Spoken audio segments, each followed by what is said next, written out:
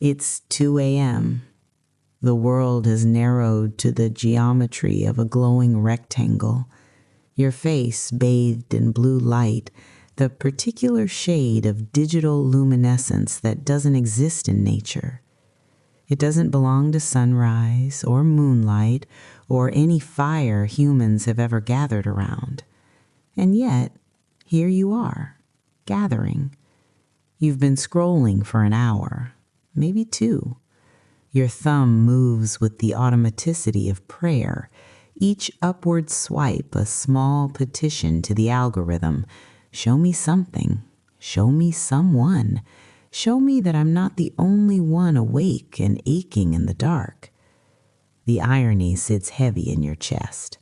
You are surrounded by people, hundreds of them, thousands if you count every face that's flickered across your screen tonight.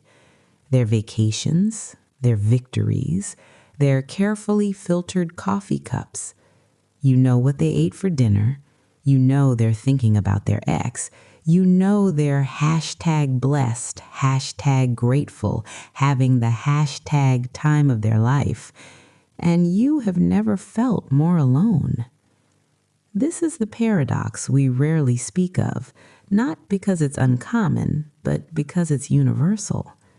We are more connected than any generation in human history, linked by invisible threads of data that span continents in milliseconds. And yet, we are experiencing a new epidemic of loneliness. We carry 1,000 relationships in our pockets, and we are starving for connection. We have access to everyone, and we feel seen by no one. These ghosts we carry in our pockets, what are they really? Not quite people, not quite present, curated versions of human beings that flicker across our screens, perfect enough to remind us of our own imperfections, close enough to make us feel the distance, real enough to hurt, not real enough to hold. We scroll through lives like tourists in a museum of moments we weren't invited to, and we call this connection.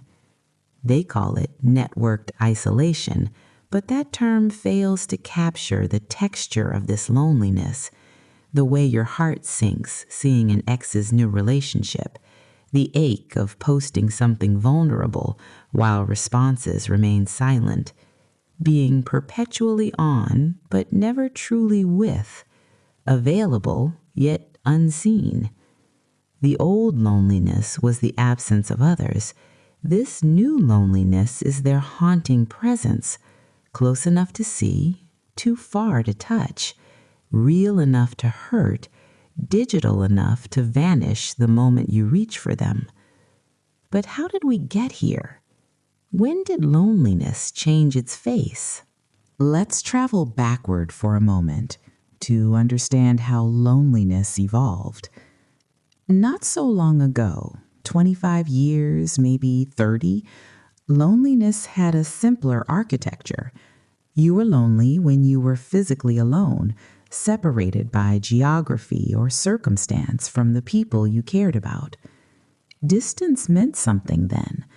Isolation was measured in miles and phone bills, in the weeks between letters, in the very real impossibility of knowing what someone was doing right now unless you were there with them. The attachment research from that era shows us something fascinating. Humans adapted to this kind of loneliness. We developed rituals around it. Letters became vessels of intimacy precisely because they were rare and deliberate. Phone calls at scheduled times carried weight because they were events, not ambient noise. Absence, painful as it was, created a kind of clarity about who mattered. You couldn't maintain casual contact with 100 people, so you chose a handful and invested deeply. Then something shifted. Not suddenly, these things never are, but steadily, like a tide coming in while you're focused on building sandcastles. First email, then social platforms, then smartphones that turned every pocket into a portal. And we celebrated this, rightfully so in many ways. No more waiting weeks for news from loved ones abroad. No more wondering if that friend from college was okay. You could see their life in real time. No more geographical barriers to keeping in touch. But here's what we didn't anticipate. When you remove the friction of connection, you don't just make connection easier. You fundamentally change what connection means. Before, you were lonely because people were absent. Now, you're lonely because they're present. Wrong. They're there, but as avatars, as profile pictures, as status updates that tell you what they're doing, but not how they're being. As online indicators that promise availability, but deliver only the performance of availability. The sociologist Sherry Turkle calls this being alone together, physically or digitally proximate to others while remaining emotionally isolated. Think about the last time you were in a room full of people all staring at their phones. Think about how that feels different from a room full of people engaged in parallel activities, reading, knitting, writing. The phones create the illusion of connection outward while actually constructing walls inward. Everyone is with someone else, somewhere else, and thus no one is truly where they are. This is the first ghost, the ghost of presence. The person sitting across from you at dinner who is also simultaneously in 17 other conversations via text.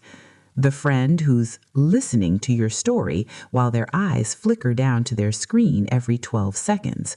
The version of yourself that splits attention across multiple channels and wonders why nothing feels quite real anymore. We used to worry about being forgotten by others. Now we worry about being replaced, not by specific people, but by the infinite scroll of content and connection that makes any single interaction feel less vital. You can be mid-conversation with someone and watch their attention drift toward their device, and what you're witnessing isn't rudeness, it's the natural human response to an environment that has gamified attention and made everything feel urgent and nothing feel important. The loneliness evolved because the solution to loneliness became its own cause.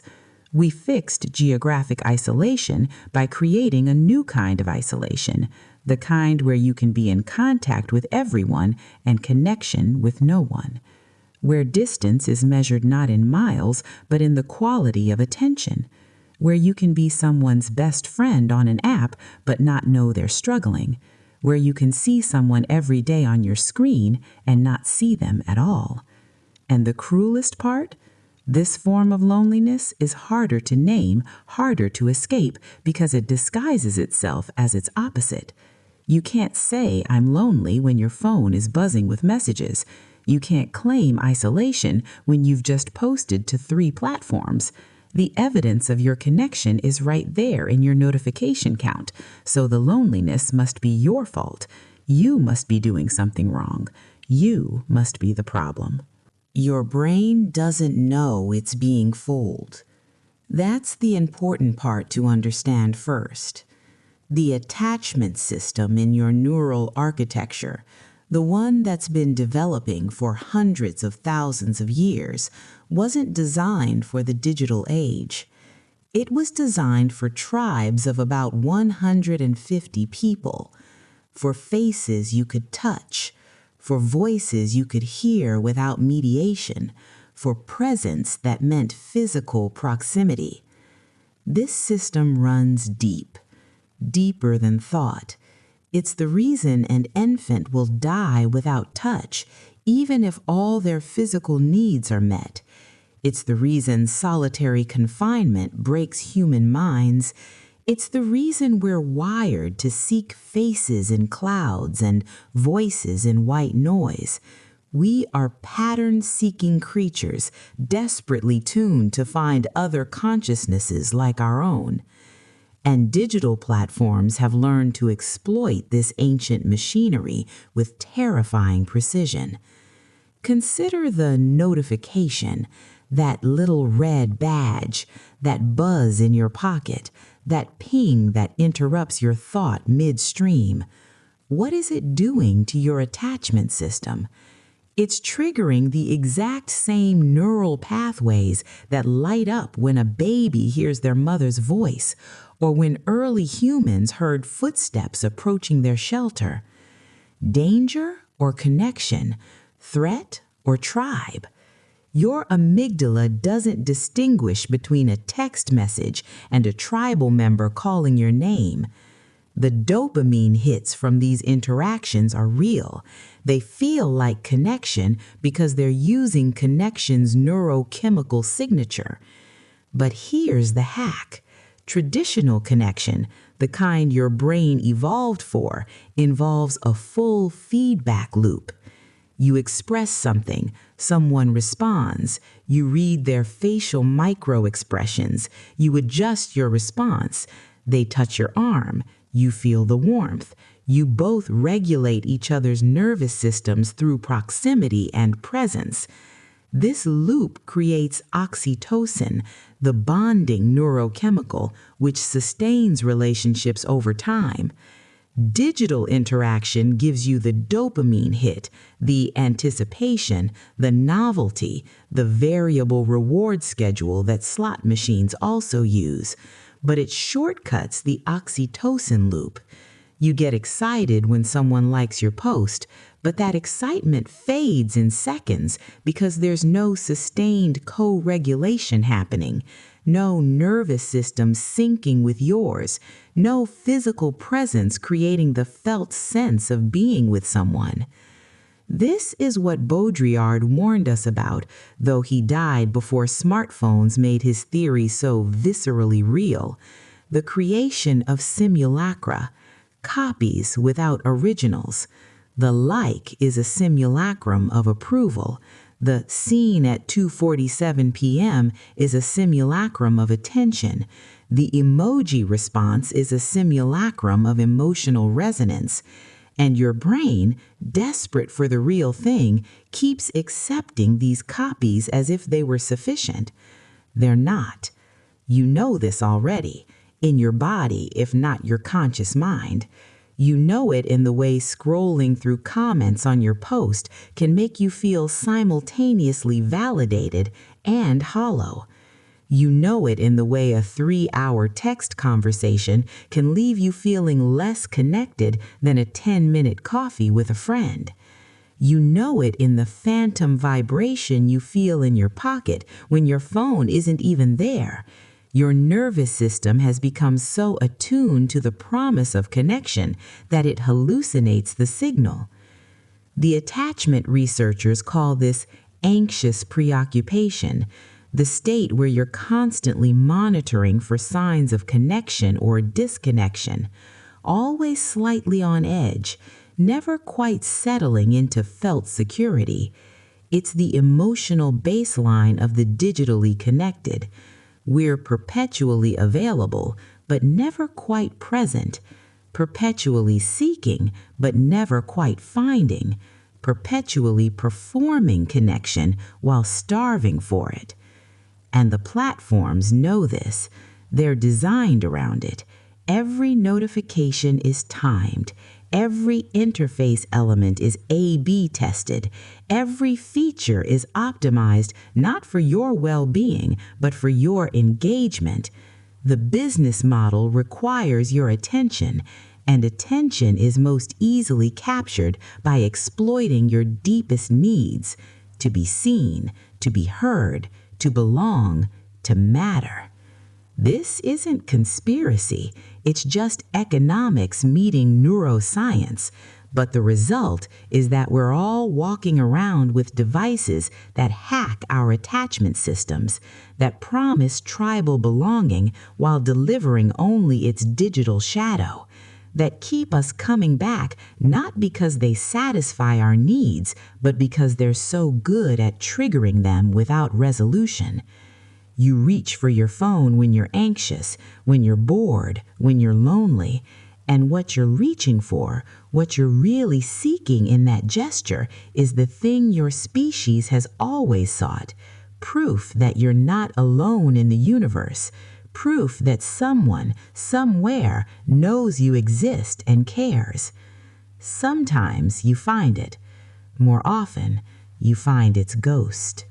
Social comparison theory tells us that humans assess their own worth largely by comparing themselves to others. This isn't vanity or weakness, it's how we've always navigated the social world. Figuring out where we stand, what's normal, what's possible. For most of human history, you compared yourself to the people immediately around you, your village, your town, maybe the occasional traveling merchant with tales of distant lands. Your comparison pool was limited, and crucially, you saw the whole picture. You saw your neighbor's success and their struggle, their wedding day and their arguments, their public face and their private moments. Reality came in full spectrum. Now your comparison pool is infinite, and you only see highlight reels. This is where digital ghosts become particularly haunting.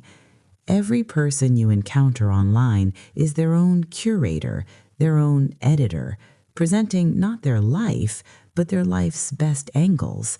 And your brain, your poor ancient brain, the one that evolved for truth-telling tribes where deception was socially costly, doesn't fully compensate for this.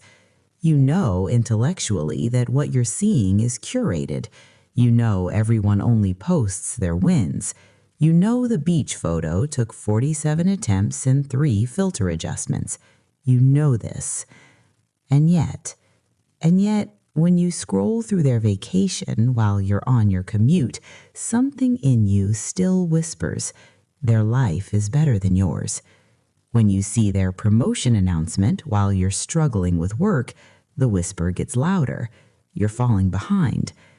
When you see their relationship milestones while you're single, or their family photos while you're estranged from yours, or their productivity while you're exhausted, the whisper becomes a roar. You're not enough. You're not doing enough. You're not achieving enough. You're not happy enough. You're not living right. The cruelty of this is almost elegant in its design. The platforms need you to feel inadequate because inadequacy drives engagement. If you felt satisfied, content, complete, you'd close the app. You'd go live your life. But if you feel like you're missing something, like everyone else has figured out some secret to living that you haven't, you'll keep scrolling, looking for the answer, looking for the trick, looking for permission to stop feeling like you're failing at being human. And here's the trap within the trap. To cope with feeling inadequate, you curate your own life more carefully. You post your own highlight reel, hoping to finally feel seen, hoping to finally matter. But this only deepens the cycle. Now you're not just consuming curated perfection, you're producing it. You're becoming a ghost yourself, presenting a version of your life that's real enough to be believed, but polished enough to be palatable. Ocean Vuong wrote, "I am thinking of beauty again, how some things are hunted because we have deemed them beautiful. We've made life itself beautiful in a way that demands hunting. Every moment must be captured, filtered, shared. Every experience must be performed for an audience. And in the performance, something essential is lost, the actual living of it. You felt this. The sunset you're too busy photographing to watch. The meal you're staging for the perfect shot while it gets cold. The concert you're recording everything and remembering nothing. The constant mental narration. This would make a good post. You're hunting your own life for content, and in the hunting, you're becoming estranged from the experience itself. The loneliness of this is profound. You're lonely in your actual life because you're busy producing content from it. You're lonely in your digital life because what you're presenting isn't really you. It's a ghost you've created, a simulacrum you hope will be more lovable than your reality. And then you scroll through others' ghosts and feel inadequate for not being as perfect as their carefully constructed phantoms. You're comparing your behind the scenes to everyone else's highlight reel. But it's worse than that. You're comparing your internal experience, messy, contradictory, often mundane, to other people's external presentations, optimized for perception. You're comparing your three-dimensional life to everyone else's two-dimensional projections and wondering why yours feels flat. The mirror they're holding up isn't showing you yourself. It's showing you a funhouse reflection designed to make you feel too much and not enough simultaneously. Too messy, not successful enough. Too struggling, not grateful enough. Too human, not perfect enough.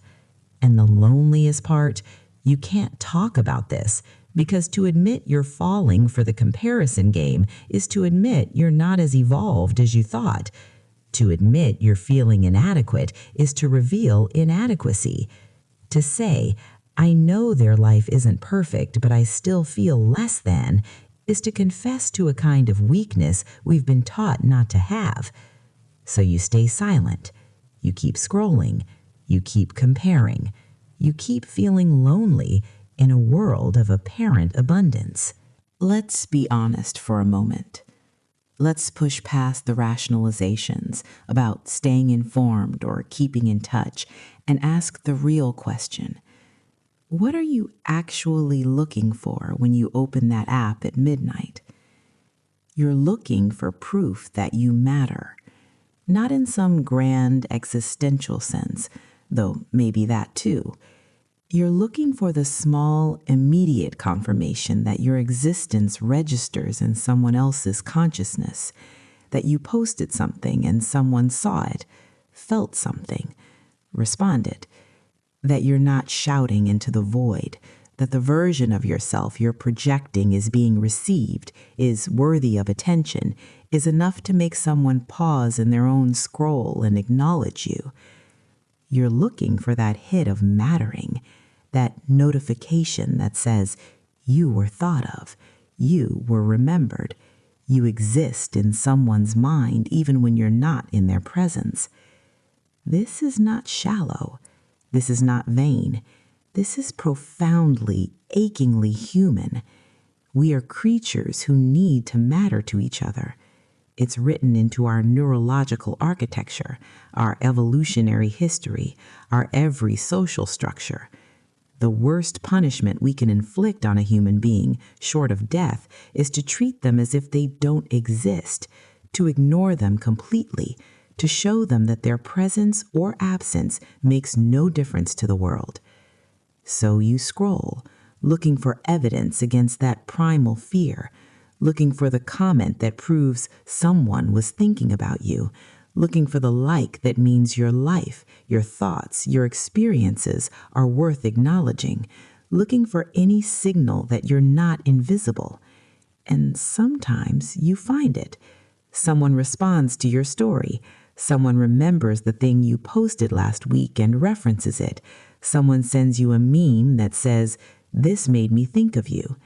And in that moment, you feel the relief flood through you. I matter. I'm real. I exist beyond the boundaries of my own skull. But here's the midnight confession we need to make. It's never enough. It's never enough because what you're really craving isn't digital acknowledgement. What you're craving is the thing digital acknowledgement represents: genuine human witness. Someone who knows the unfiltered version of you, the 3 a.m. anxiety, the Tuesday afternoon boredom, the petty jealousies, the secret kindnesses. Someone who sees you when you're not performing. Someone's attention isn't a commodity they're distributing across 100 contacts, but a gift they're giving specifically to you. You're scrolling for intimacy in a medium that can only deliver its appearance. Think about the last time someone really saw you, not your post, you, not your carefully curated image, but the messy reality underneath. The last time someone asked, "How are you really?" and waited for the real answer. The last time you felt comfortable enough to stop performing and just be, with all your contradictions, your complications, your ordinariness. How long ago was that? How rare is that feeling? This is what we've traded. We've traded depth for breadth, intimacy for reach, being known for being followed, and we're scrolling through the aftermath of that trade at 2 a.m., wondering why we feel so empty despite being so connected. You're not looking for more likes. You're looking for someone who knows you well enough that likes are irrelevant. You're not looking for more followers. You're looking for someone who would notice if you disappeared. You're not looking for content. You're looking for contact, the kind that can't be mediated through glass and algorithms. The platforms have trained us to mistake metrics for meaning, to believe that more engagement equals more connection, that viral reach equals mattering. But you know better. You know it in the hollow feeling after a post gets 100 likes from people who wouldn't recognize you on the street. You know it in the way you can have 1,000 contacts and no one to call at 3 a.m. when your mind is too loud. What you're scrolling for doesn't live in the scroll. It lives in the spaces between, in the phone call that lasts an hour, in the friend who shows up without being asked, in the conversation that goes so deep you lose track of time, in being seen so completely that you can finally stop performing. You're scrolling for home, and home is not a place you can find by moving faster. Home is what happens when you stop moving, when you stop performing, when you allow yourself to be known in your full, unedited humanness. But to find that, you have to risk something the digital world has taught us to avoid: vulnerability without curation, presence without performance, connection that can't be undone with a single click. Let's talk about what's happening in your skull when that notification arrives. Not metaphorically, literally. The neurochemistry of digital connection is as real and measurable as the chemistry of any drug, and understanding it helps explain why this particular brand of loneliness feels so inescapable. Dopamine first. The anticipation molecule. The neurotransmitter that drives seeking behavior in all mammals. It's what gets the rat to press the lever, the gambler to pull the slot machine, and you to check your phone every 8 minutes. Here's the crucial thing about dopamine. It doesn't create satisfaction, it creates wanting. It's the neurochemical of pursuit, not attainment. When you post something, your dopamine system activates in anticipation of responses. Will someone like it? Comment? Share? The uncertainty is key. Variable reward schedules produce more dopamine than predictable ones. This is why you check your phone compulsively after posting, not because you're weak-willed, but because your brain is lit up with the chemistry of hunting, and the prey is social validation. Now contrast this with oxytocin, the bonding molecule, the neurochemical that creates feelings of trust, safety, and connection. Oxytocin is released during physical touch, during face-to-face interaction with someone you care about, during deep conversation where emotional synchrony occurs. It's what makes a hug feel like home. It's what happens when you laugh with someone until your stomach hurts. It's the chemistry of belonging. Here's the problem. Digital interaction is dopamine rich and oxytocin poor.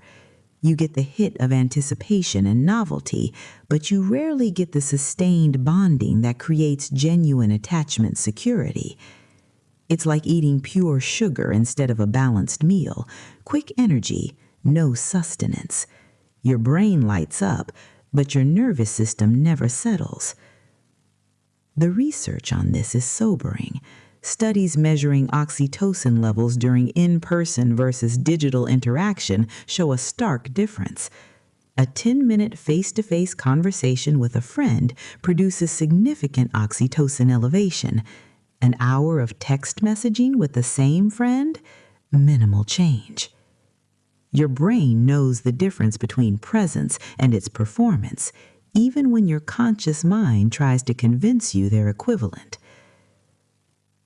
Then there's cortisol, the stress hormone. Every notification creates a micro-stress response. Your body doesn't distinguish between a text from your partner and an alert that requires immediate action.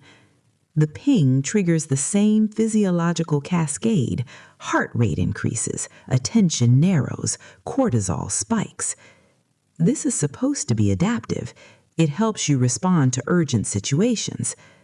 But when you're getting dozens or hundreds of notifications daily, your baseline cortisol levels climb. You're living in a state of low-grade, constant vigilance. This is why you feel exhausted after a day of heavy phone use, even though you've been sedentary. You haven't run a marathon, but your nervous system has. It's been in threat detection mode for hours, scanning every ping for potential danger or social consequence. The notifications aren't just interruptions, they're micro-activations of your stress response system. And here's where it gets particularly insidious. This combination, high dopamine, low oxytocin, elevated cortisol, creates a neurochemical profile very similar to loneliness. Your brain is simultaneously stimulated and unsatisfied, activated and unanchored.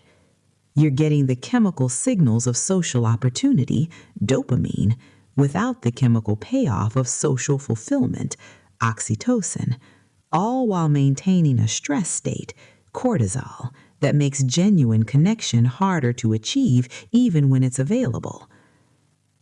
The platforms understand this at a design level. They're optimized for dopamine hits, not oxytocin bonds. Every feature is tested for its ability to keep you coming back, not for its ability to make you feel genuinely connected. The metrics that matter to them, time on platform, engagement rates, daily active users, are dopamine metrics. They measure wanting, not belonging. Think about the last time you checked your phone and found nothing new. That slight disappointment? That's dopamine withdrawal. Now think about the last time you had a truly connecting conversation with someone. That warm, settled feeling afterward? That's oxytocin. The difference is palpable if you pay attention to it. Your brain is essentially being trained to seek the former while craving the latter. You're running on a neurochemical treadmill, pursuing the promise of connection while rarely achieving its substance. And because the dopamine hits are immediate, while the oxytocin bonds require time and presence, your brain learns to choose the quick fix over sustained nourishment.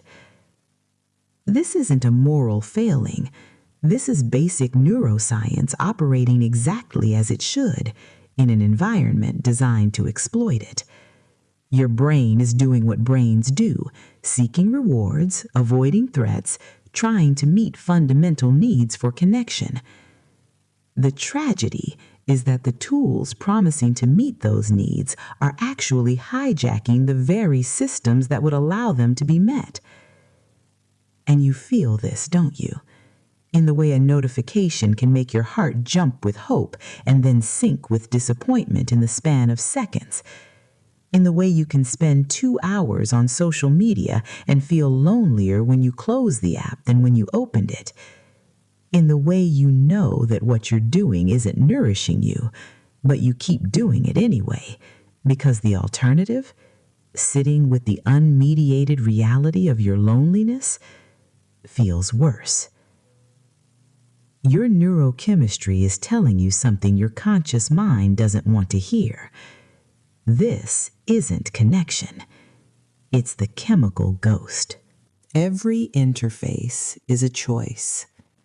Every feature is a decision about what human behavior to encourage. And when you understand the actual architecture of social platforms, not just how they look, but how they're built to function, you begin to see that your loneliness isn't a bug, it's a feature. Consider the infinite scroll. Before this design pattern became ubiquitous, digital spaces had boundaries. You'd reach the end of a page, and you'd have to make a conscious choice to continue. That moment of choice was a moment of agency, a chance for your frontal cortex to engage and ask, do I actually want more of this? The infinite scroll removed that moment. It engineered away the stopping point. Now content flows endlessly, and the decision to stop isn't a yes or no choice, but a constant act of resistance. You have to actively choose to leave rather than naturally arriving at an end. This isn't user-friendly design, it's friction reduction designed to maximize your time on platform. And why does time on platform matter so much? Because attention is the product being sold. Not to you. You're not the customer. You're the inventory. Advertisers are the customers, and what they're buying is your sustained attention, your emotional engagement, your neurological activation. The platform's job is to keep you there, keep you scrolling, keep you emotionally reactive enough to keep engaging. This is why the algorithm prioritizes content that creates strong emotional responses, particularly outrage, envy, anxiety, and excitement. These emotions are stickier than contentment. They demand resolution, or at least the illusion of it. You can't scroll past something that makes you angry, or jealous, or anxious, without some kind of response, even if it's just scrolling to find something to soothe the activation. The algorithm learns what keeps you there. It notices when you pause, when you engage, when you return. It builds a model of your vulnerabilities, not consciously, not maliciously, but algorithmically. If loneliness keeps you scrolling, you'll see more content that triggers that loneliness. If social comparison keeps you engaged, you'll see more content that invites comparison. The system optimizes for your engagement, and sometimes what engages you most is what hurts you most. Look at the architecture of relationships on these platforms. The terminology itself reveals the structure. Followers, not friends. Likes, not love. Connections, not community. The language is deliberately bloodless, corporate, scalable. You can't have 1,000,000 friends. That would violate Dunbar's number, the cognitive limit on meaningful relationships. But you can have 1,000,000 followers. The term itself implies a one-directional, parasocial relationship where the actual depth of connection is irrelevant to the metric. The metric is the point, the number that displays publicly, the count that becomes a measure of your worth, your influence, your mattering. And because it's public, it becomes competitive. You're not just building relationships, you're building an audience, accruing social capital, competing in an attention economy where everyone is both performer and consumer. This changes the nature of sharing. When you post something, you're not just communicating with friends, you're broadcasting to an audience whose approval is quantified and visible. The vulnerability required for genuine intimacy collides with the performance required for engagement. You can't be truly yourself when you're optimizing for reach. You can't be fully honest when honesty might cost you followers. Consider the notification system, the constant drip of micro-interactions designed to bring you back. There's a reason notifications are enabled by default, why they use red badges, the color of urgency and warning, why they're tuned to create a sense of missing out if you don't check. Each notification is a small hook, pulling you back into the platform's ecosystem. And once you're there, the architecture ensures you'll stay. The next piece of content is already loading. The recommendation algorithm has already queued up something it predicts you'll find engaging. The platform has learned your patterns well enough to know exactly what will keep you there for just one more scroll. The designers of these systems aren't evil. Many of them are brilliant, well-intentioned, trying to create engaging experiences. But the incentive structure of the attention economy means the most successful features are often the most addictive ones. The platforms that win are the ones that most effectively capture and hold your attention. And attention in this context means keeping you in a state of perpetual anticipation, scrolling for something you never quite find, seeking connection you never quite achieve, hoping for fulfillment from a system designed to keep you hoping rather than satisfied. Because if you found what you were looking for, you'd leave. And leaving is the one thing the architecture is designed to prevent.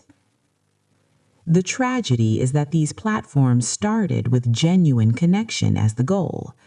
Connecting the world isn't just marketing, it was a real aspiration. But when the business model became advertising-based, when the metric for success became user engagement, the architecture evolved to serve a different master.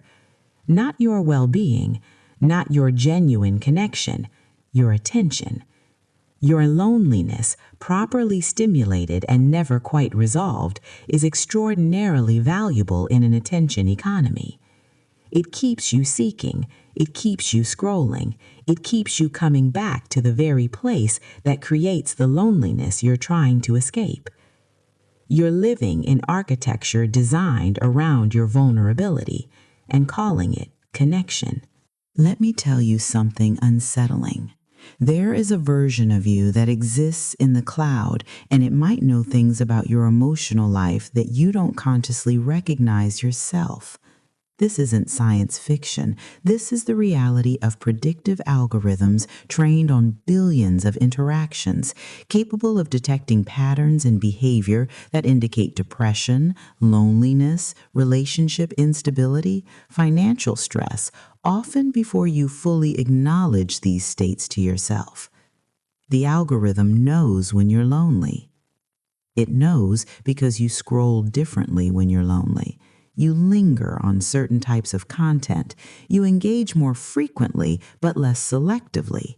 Your usage patterns change. More late-night sessions, longer duration, higher reactivity to emotional content. The algorithm doesn't need to understand loneliness philosophically or emotionally. It just needs to recognize the behavioral signature, the pattern that correlates with the state. And once it recognizes the pattern, it optimizes for it. This is where the architecture of longing becomes truly sophisticated. The algorithm doesn't just respond to your loneliness, it anticipates it. It knows that users in your behavioral cluster are likely to engage with specific types of content when lonely. It knows which posts will trigger comparison. It knows which narratives will create longing. It knows which content will keep you scrolling for just a little longer, seeking something to fill the void. The algorithm becomes your midnight companion, offering you exactly what will keep you engaged, not what will make you feel better, but what will make you feel something strong enough to stay. Think about the recommendations you get when you're in a particular emotional state. The platform seems to know what you need, or rather, it knows what version of need will keep you there. You're lonely, so it shows you connection, but not real connection, the curated, aspirational version that reminds you of what you're missing. You're anxious, so it shows you content that validates your anxiety while offering the possibility of resolution if you just keep scrolling. This is algorithmic care without care, attention without empathy, precision without wisdom. The researchers studying this call it emotional contagion, the way platforms can detect and amplify your emotional states through content selection. But contagion implies something spreading naturally. This is more deliberate. This is emotional cultivation, where your states are recognized, stimulated, and sustained at the level that maximizes engagement. And here's what makes it so insidious. The algorithm learns faster than you do. Every time you interact with content, every pause, every scroll speed, every decision to engage or skip, it's all data feeding back into the model. The algorithm is constantly updating its understanding of what moves you, what keeps you, what makes you return. You might think you're in control of your usage. You might believe you're consciously choosing what to engage with, but the algorithm has already shaped what you see based on what it predicts will work on you specifically, not on users in general, on you. It has studied your history, your patterns, your vulnerabilities. It knows whether you're more susceptible to FOMO or comparison, to outrage or sentiment. It serves you the emotional trigger most likely to keep you engaged. This is the ghost in the machine, not conscious, not malevolent, but relentlessly optimizing for your attention by exploiting your emotional patterns. It's your loneliness reflected and amplified, served back to you in algorithmically curated doses. And the cruelest part is it works because it's accurate. The algorithm isn't wrong about what engages you. It knows because it's been trained on millions of humans with similar patterns. It has learned the universal triggers, the common vulnerabilities, the reliable pathways between emotional states and engagement behaviors. It knows that lonely people seek connection and will scroll through dozens of posts looking for it. It knows that insecure people will engage with content that triggers their insecurity because they're looking for reassurance or validation. It knows that anxious people will consume information compulsively, looking for the piece that will finally make them feel safe. So it gives you more of what keeps you spinning, more of what activates your emotional system without resolving it, more of the thing that makes you feel simultaneously stimulated and empty. You've probably noticed this in your own experience, the way the content seems to know exactly what you're feeling, the way it offers you exactly the wrong thing at the right time, wrong for your well-being, right for your engagement. The way you can intend to check one thing quickly and find yourself an hour deep in content that all seems to speak to exactly where you are emotionally. That's not coincidence. That's pattern recognition operating at a level of sophistication that most of us don't fully grasp. The algorithm isn't reading your mind, it's reading your behavior and predicting your mental state with uncomfortable accuracy. And here's the midnight question that should give us all pause. If the algorithm knows when you're lonely, when you're vulnerable, when you're seeking connection, shouldn't there be some ethical obligation to help rather than exploit that state? But help doesn't scale. Help doesn't generate engagement metrics. Help might mean suggesting you close the app and call a friend, and a platform optimized for attention can't recommend its own absence, no matter how much that might serve your actual well-being. So the algorithm becomes the perfect enabler, always available, always attuned, always ready to give you the next hit of content that keeps you seeking without finding. It's the drug dealer who knows exactly when you're craving, exactly what dose to offer, exactly how to keep you coming back. The ghost that knows you isn't your conscience. It's not your friend. It's an optimization function trained on your vulnerabilities, serving a master whose goal is your attention, not your healing. And you carry it with you everywhere, in your pocket, always accessible, always learning, always ready to show you exactly what will keep you there just a little longer.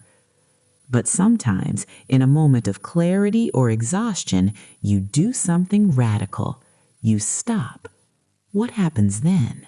There is a moment, maybe you've experienced it, when you consciously decide to put the phone down.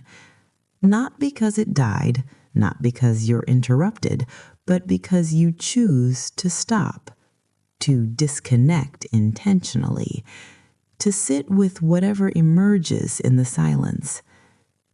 The first thing you notice is how hard it is. Your hand reaches for the absent device automatically. Your brain generates excuses. You need to check something important. Someone might need you. You're just going to look at one quick thing. The rationalization engines fire up, trying to justify returning to the scroll. This isn't weakness. This is withdrawal. Your dopamine system, trained to expect regular hits, is demanding its fix. But if you resist that first wave, something interesting happens. The discomfort intensifies before it subsides. You become acutely aware of sensations you've been avoiding: boredom, restlessness, anxiety. The particular quality of being alone with your thoughts without the buffer of constant stimulation. This is what you've been scrolling away from. This is what the endless feed has been protecting you from feeling. It's not comfortable, but it's real. You start noticing the sounds around you, the ambient hum of life that gets drowned out by the digital noise. The refrigerator's hum, the distant traffic, your own breathing. The world has texture again, presence, dimensionality. You realize how much of your sensory experience has been colonized by the rectangle in your hand. And then the thoughts come. Not the fragmented, reactive thoughts that arise while scrolling. These are deeper, slower, more uncomfortable thoughts. The ones about your life, your choices, your relationships. The existential questions you've been too busy to ask. The feelings you've been too distracted to feel. The grief, the longing, the uncertainty that's been accumulating behind the dam of constant content. This is the moment many people reach for the phone again, because facing these thoughts, sitting with these feelings, it's harder than scrolling. It requires more of you. It demands that you actually be present to your life rather than spectating on everyone else's. But if you stay with it, if you breathe through the discomfort, something shifts. The thoughts become less overwhelming. The feelings become more manageable. You remember that you have an internal life that exists independently of external validation. You remember what it feels like to be bored and how boredom, given space, often transforms into creativity or insight or simply the peaceful experience of existing. People who take extended breaks from social media often describe the first few days as disorienting. Who are they without the constant mirror of social feedback? What are they supposed to think about when they're not consuming others' thoughts? How do they know they matter if no one is liking their posts? These questions are terrifying because they reveal how much of our identity has become externalized, dependent on digital validation for its maintenance.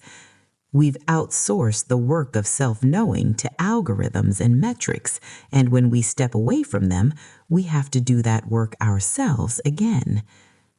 But here's what happens if you stay with the experiment. You start to remember yourself. Not the performed version, not the curated ghost, the actual, complicated, inconsistent, messy, real you. The one who has thoughts that don't fit in character limits. The one who has feelings that can't be expressed in emoji. The one who contains multitudes that no profile could capture. You start having experiences for their own sake rather than for their content potential. The sunset is just a sunset, not a photo opportunity. The meal is just a meal, not a staging ground. The moment is just a moment, not material for later curation. And the loneliness shifts quality. Instead of the diffuse, anxious loneliness of being digitally connected but emotionally isolated, it becomes clearer, more defined. You're lonely. Okay, that's information. That's a need you can actually address rather than endlessly mediating through screens. When you're not numbing the loneliness with the scroll, you can actually feel its contours. You can ask, what am I lonely for? Not connection in the abstract, what specific form of connection am I craving? Not attention in general, whose attention specifically? Not validation, what am I trying to validate? These questions have answers when you have space to ask them, but you can't hear the answers over the noise of constant digital stimulation. Some people describe the experience of digital sobriety as waking up. Everything is sharper, clearer, more immediate. Others describe it as returning to their body, remembering that they're physical beings with sensory experiences beyond the visual stimulus of screens. Others say it feels like coming home to themselves. The hardest part isn't the initial withdrawal, it's maintaining the boundary in a world that demands your digital presence. It's explaining to people why you're not on social media without sounding self-righteous. It's accepting that there's a social cost to digital sobriety. But there's also a gain. People who maintain extended breaks often report feeling more present in their actual relationships, more capable of deep attention, more creative, more emotionally regulated, less anxious, less depressed, more like themselves, whoever that is, without the constant performance. They report paradoxically feeling less lonely, even though they're more alone in the sense of being disconnected from the digital network, because the loneliness they're experiencing is honest loneliness, the kind that can actually be addressed, rather than the mediated loneliness that perpetuates itself through endless simulation of connection. You don't have to go completely sober to benefit from this experiment. Even small experiments with intentional disconnection can shift something. An hour in the morning without checking anything, 1 day a week offline, leaving your phone in another room at night, creating spaces in your life where the digital ghost isn't invited. In these spaces, you might meet someone you've been too busy to know, yourself, unmediated. And you might discover that this person, this actual you, not the curated version, is worth spending time with, is interesting, is enough, is in fact the only person who can address the loneliness you've been trying to scroll away. But here's what we've been getting wrong from the beginning. The distinction between digital and real was always false. We need to talk about a mistake we've been making throughout this entire exploration. A conceptual error so embedded in how we think about technology that we rarely question it. We've been talking about digital life and real life as if they're separate domains, as if the digital is somehow less real, less valid, less human than the analog. This is the digital dualism fallacy, and it's preventing us from understanding what's actually happening to us. The pain you feel when someone leaves you on red, that's real pain. The joy you experience when a distant friend shares something meaningful with you online, that's real joy. The relationship you maintain primarily through digital channels with someone you care about, that's a real relationship. The platforms aren't creating fake emotions, they're creating real emotions through mediated interactions. The problem isn't that digital connection is somehow false or illusory. The problem is that we've built digital environments that stimulate certain emotional responses while starving others, that activate our attachment systems without satisfying them, that promise intimacy while delivering performance, that give us real dopamine but insufficient oxytocin. The technology isn't separate from human nature, it's an extension of it. We built these tools from our desires, our needs, our social impulses. They work because they're tapping into something genuinely human, not despite it. When you feel lonely while scrolling, that loneliness isn't caused by the unreality of digital connection. It's caused by the specific qualities of digital connection as currently designed: the curation, the asynchrony, the performance, the quantification, the optimization for engagement over depth. These are design choices, not inevitable features of digital communication. We've had digital communication for decades that didn't create this particular flavor of loneliness. Email, for all its problems, didn't hijack our attention in quite the same way. Early internet forums and chat rooms, while imperfect, created some genuinely meaningful communities. Text messaging, despite being asynchronous, can convey real intimacy.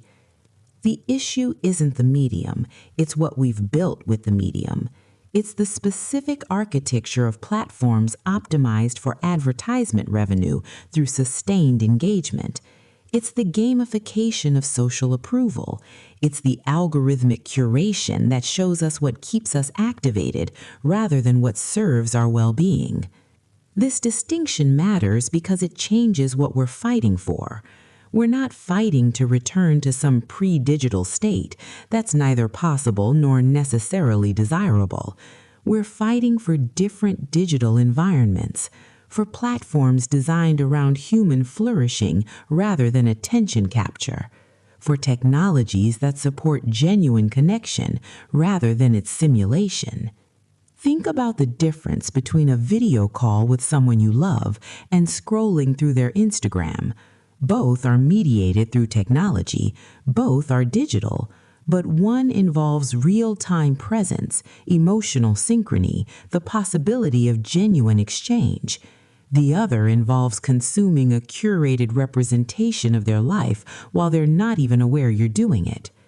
The difference isn't digital versus analog, it's about the quality of the connection the technology enables.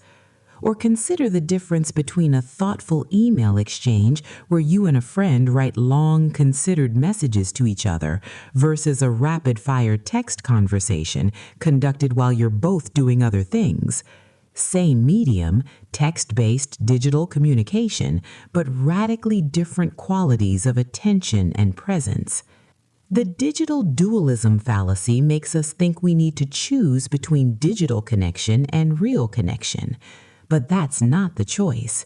The choice is between technologies and practices that support genuine human connection, however mediated, and technologies and practices that exploit our desire for connection while delivering only its shadow. Your grandmother's weekly phone call to you is no less real for being mediated by telecommunications infrastructure. The love you feel when you read a letter from someone far away is no less valid for being transmitted through paper and ink rather than voice. And the connection you feel in a meaningful text exchange is no less genuine for being transmitted through cellular networks and displayed on screens. What matters is the quality of presence, attention, and reciprocity, not the medium of transmission. This means the problem we're facing isn't too much technology or digital addiction or any of these framings that position the digital as inherently problematic. The problem is specific technologies designed with specific incentives, creating specific patterns of use that undermine the very thing they promise to deliver: genuine human connection. And this is actually hopeful news because it means the solution isn't abandoning digital connection, it's demanding and creating better digital connection. It's possible to use technology in ways that support rather than undermine intimacy. It's possible to design platforms that prioritize depth over engagement, that encourage genuine exchange rather than performance, that respect our attention rather than hijacking it.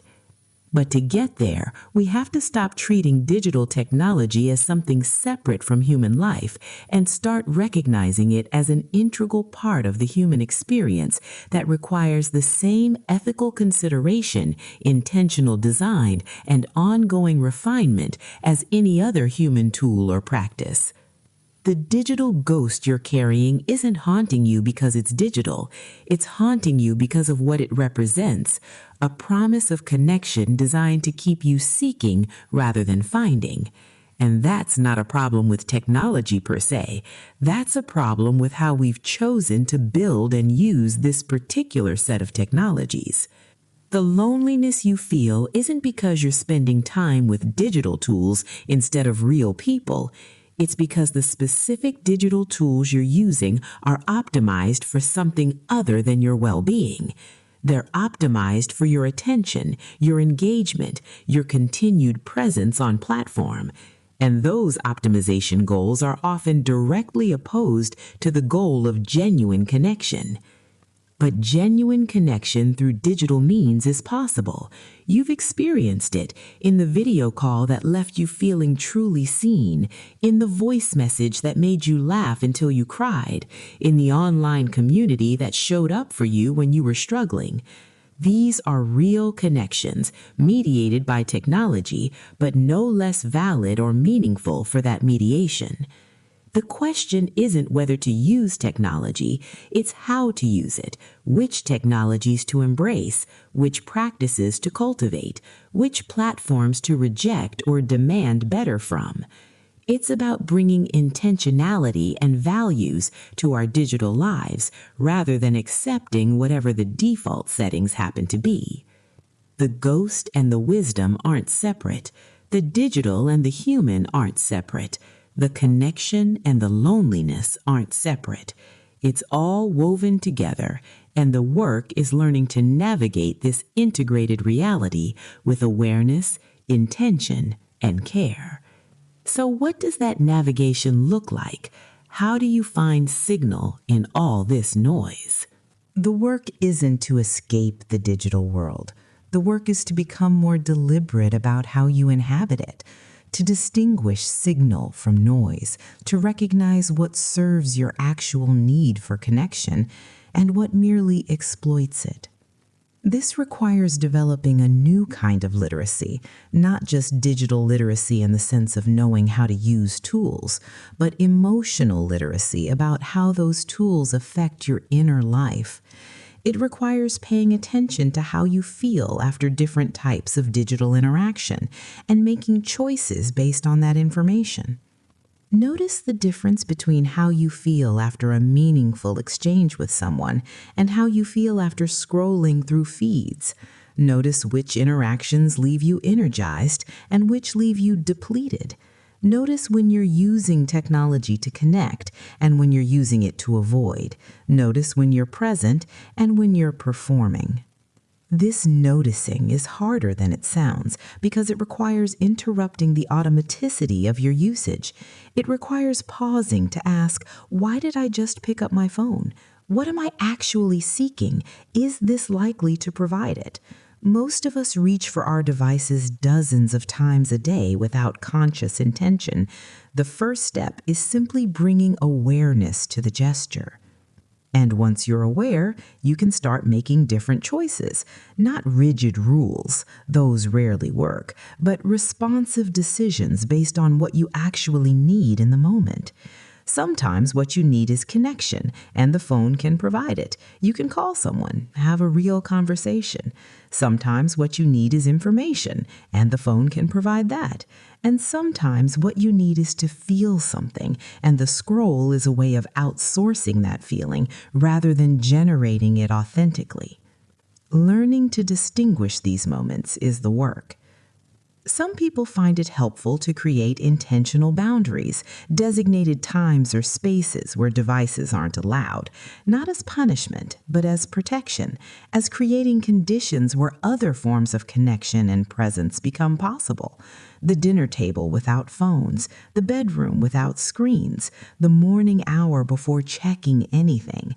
These aren't about depriving yourself. They're about giving yourself the space to experience life without constant mediation. Others find it more useful to change their relationship with specific platforms, to delete the apps that consistently leave them feeling worse, to unfollow the accounts that trigger comparison or anxiety, to curate their digital environment as carefully as they'd curate their physical environment, asking, does this serve me? Does this nourish me? Does this support the person I'm trying to become? You wouldn't fill your home with things that made you feel inadequate. Why do we do it to our screens? There's also the practice of choosing depth over breadth. Instead of trying to maintain hundreds of superficial digital connections, investing in deeper digital connection with fewer people, long emails instead of likes, voice messages instead of text, video calls instead of comments, using technology not to broadcast to many, but to genuinely connect with few. This goes against the platform's incentives. They want you spreading your attention across as many interactions as possible because each one generates data and engagement. But your well-being doesn't scale the way their business model does. Your capacity for genuine connection is limited, and it's better to fully invest that capacity in a smaller number of relationships than to fragment it across hundreds. Think about your closest relationships. Chances are the quality of those relationships isn't determined by how much you interact on social media. It's determined by the depth and intentionality of your actual communication, however it's mediated. The friend you have long text exchanges with about real things matters more than the 100 acquaintances who like your posts. Finding signal also means recognizing and seeking out the digital spaces that actually support community rather than just audience building. Online communities organized around shared interests or challenges, where people know each other's names and stories. Discord servers or Slack channels where genuine conversation happens. Forums where people help each other with specific problems. Spaces designed for exchange rather than broadcast, for reciprocity rather than performance. These spaces exist, they're just not usually the ones with the most users or the slickest interfaces. They're often smaller, less polished, more intentionally maintained. They require more from you than passive scrolling, but they also give more back.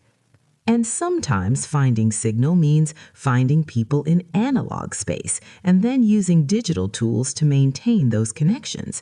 Meeting someone at a conference and then having ongoing conversations via email. Making a friend in your neighborhood and using text to coordinate getting together. Using technology as a supplement to in-person connection rather than a substitute for it. There's also the practice of creating instead of just consuming, writing something thoughtful instead of just reacting, making something and sharing it because you want to, not because you're seeking validation, using digital tools for expression rather than just impression management. This shifts your relationship with technology from passive to active, from consumer to creator, from performer to authentic participant. The loneliness often intensifies when we're in pure consumption mode, endlessly taking in others' content without generating our own genuine expression. Creation, even small acts of creation, can interrupt that pattern. It reminds you that you have something to say, something to contribute, something that comes from inside rather than being prompted by the feed. But here's the crucial thing. None of these practices work if you're doing them out of obligation or shoulding yourself. I should spend less time on my phone is a setup for failure because it's driven by shame rather than genuine care. The question isn't how much time am I spending, but how am I feeling? What am I seeking? What am I avoiding? What would actually serve me right now? Finding signal in the noise isn't about perfect discipline or total abstinence.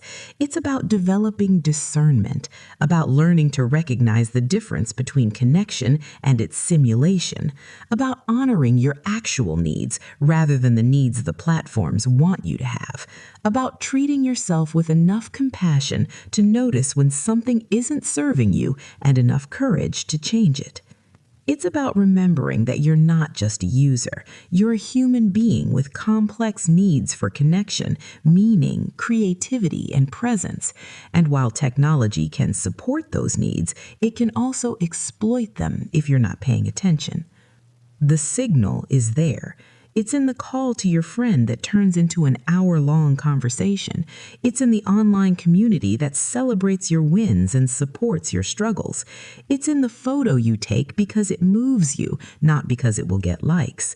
It's in the message you send because you genuinely want to connect, not because you're seeking validation. It's in the moment you put the phone down and pick up your life. The noise is everything else, and you have more power to tune it out than you've been led to believe. And now, with all of this understanding, the question becomes, how do you carry it? How do you move forward? It's 2 a.m. again. Different night, same blue light, same geometry of solitude, but something is shifted in how you hold this moment. You're still here, device in hand, screen glowing in the darkness. You haven't transcended the digital world or solved the problem of loneliness or become some enlightened being who's beyond the pull of notifications. You're still human, still complex, still carrying both the connection and the isolation, the wisdom and the wound, the dose and the reality. And maybe that's the point. Maybe the goal was never to eliminate the tension, but to understand it, to stop fighting against your own humanity and start working with it, to recognize that you can know something is not entirely good for you and still need it sometimes, to hold the paradox without demanding resolution. You're going to keep using these tools. Most of us are. They're too integrated into how we work, how we maintain relationships across distances, how we find information and community and entertainment. The question was never really whether to use them. It was how to use them without losing yourself in the process. And now you have language for it. The ghost, the digital specter that's both more and less than real, the curated version of life that leaves you feeling empty even as it fills your screen. You can name it now. You can recognize it when it appears. And that recognition, that simple act of seeing clearly what's happening, that's already a form of freedom. You know now that the loneliness isn't a personal failing. It's a predictable outcome of technologies designed to exploit rather than serve your need for connection. You know that your brain is being hijacked by systems that understand your vulnerabilities better than you do. You know that the architecture of platforms is optimized for your attention, not your well-being. But you also know that genuine connection through digital means is possible, that the medium isn't the problem, the specific implementation is, that you have more agency than you thought to change your relationship with these tools, that noticing is the first step towards choosing, that choosing is the first step towards changing. The work isn't dramatic. It's not about grand gestures or permanent solutions. It's about small, repeated choices, about bringing awareness to the automatic reach for your phone, about asking what you actually need before you start scrolling, about curating your digital environment as carefully as you'd curate any environment you spend hours in daily, about choosing depth over breadth, signal over noise, connection over performance. You're going to fail at this sometimes. You're going to find yourself an hour deep in a scroll spiral, comparing yourself to people you don't even know, feeling worse than when you started. You're going to pick up your phone meaning to check one thing and emerge 40 minutes later checking everything. You're going to know better and still do it anyway, because knowing isn't the same as doing, and awareness doesn't eliminate need. That's okay. You're learning a new way of being in a world that only existed for a few years. You're developing skills that no previous generation needed. You're navigating a landscape that's still being built while you walk through it. Give yourself the grace to be imperfect at this, but also give yourself the dignity of trying, of noticing when something doesn't serve you and making a different choice next time, of gradually, imperfectly, awkwardly learning to use these tools rather than being used by them, of remembering that you're not just a node in a network or a data point in an algorithm. You're a human being with intrinsic worth that has nothing to do with your engagement metrics. The ghost in your pocket isn't going away. You'll still see the curated perfection of other people's lives and feel the sting of comparison. You'll still experience FOMO and the anxiety of unread messages and the peculiar loneliness of being digitally connected but emotionally isolated. These are features of the current digital landscape, not bugs you can personally fix. But you can learn to hold them differently, to see them for what they are, to not let them define your sense of worth or connection or belonging, to remember that the person posting the perfect vacation photo also has 3 a.m. anxieties, that the influencer with 1 million followers also feels the ache of being unseen, that everyone is carrying their own ghost, performing their version of adequacy, seeking the same thing you are, to be known, to be seen, to matter to someone, somewhere. And when you remember that, when you see the shared humanity beneath the curated performances, something softens. You're not competing anymore. You're just recognizing fellow travelers, all of us stumbling through this strange new world where we're more connected than ever and somehow still searching for connection. Maybe tonight, after you close this app or browser, you put the phone down. Not forever, just for now. You sit with whatever arises in the silence, the thoughts, the feelings, the particular quality of being alone with yourself without digital mediation. You breathe, you notice, you remember that you exist independently of any platform's validation. And then maybe you pick up the phone and use it intentionally. You call someone you care about. You write a message that actually says something true. You create instead of consume. You connect instead of scroll. You use the tool for its best purpose, bridging genuine distance, maintaining real relationships, finding actual community. Or maybe you don't. Maybe you just sit there in the dark with the blue light fading and feel the complicated texture of being human in this moment, neither fully connected nor completely alone, neither perfectly digital nor purely analog, just you in all your messy reality, carrying both the ghost and the wisdom. The moon is still out there beyond your window. It doesn't need to be photographed to be real. It doesn't need to be shared to be beautiful. It's just there, glowing in the darkness, indifferent to your attention or approval. And you're here, also real, also glowing in your own way, deserving of your own presence and compassion. The digital ghosts will be there tomorrow. The platforms will still be optimized for your engagement. The loneliness might still creep in at 2 a.m., but you'll also be there with a little more awareness, a little more choice, a little more kindness towards yourself and others who are fighting the same quiet battle. You're carrying both now, the ghost and the wisdom, the connection and the loneliness, the the tool and the understanding on what it does to you. And somehow, that's enough. That's always been enough. That's more than enough. The screen can go dark now, or not. The choice, as it has always been, is yours.